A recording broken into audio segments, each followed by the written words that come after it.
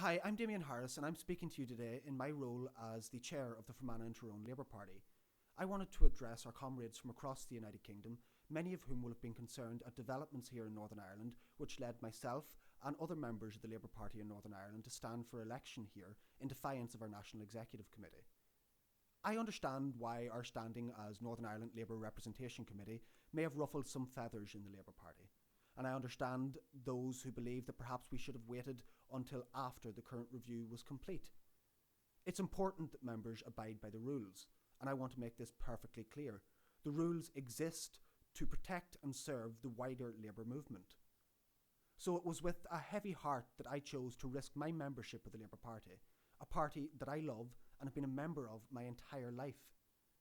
I believed, and still do, that what Labour has to offer Northern Ireland is too great to be kept hidden. Those who oppose Labour standing candidates here in Northern Ireland fail to grasp the magnitude of our problems and the unique benefits that Labour can bring to the Herculean task of transforming our country. Every day I see and witness wanton discrimination against women, against the LGBT community and against ethnic minorities.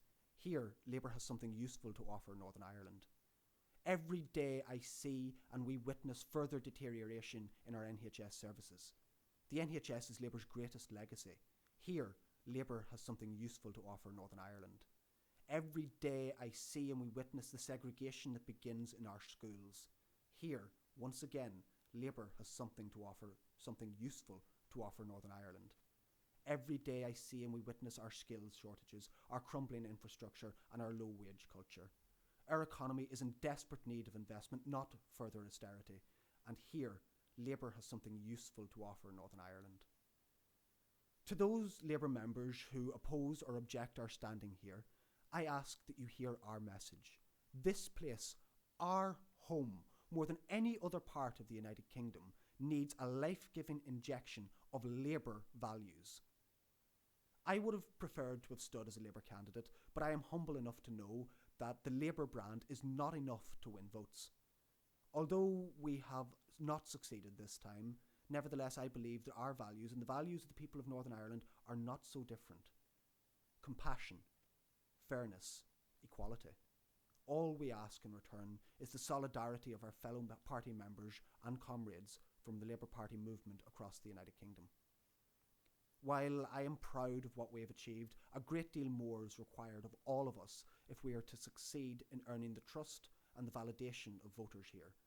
Our party failed this time not because our values were wrong, but because we have not yet built our party up.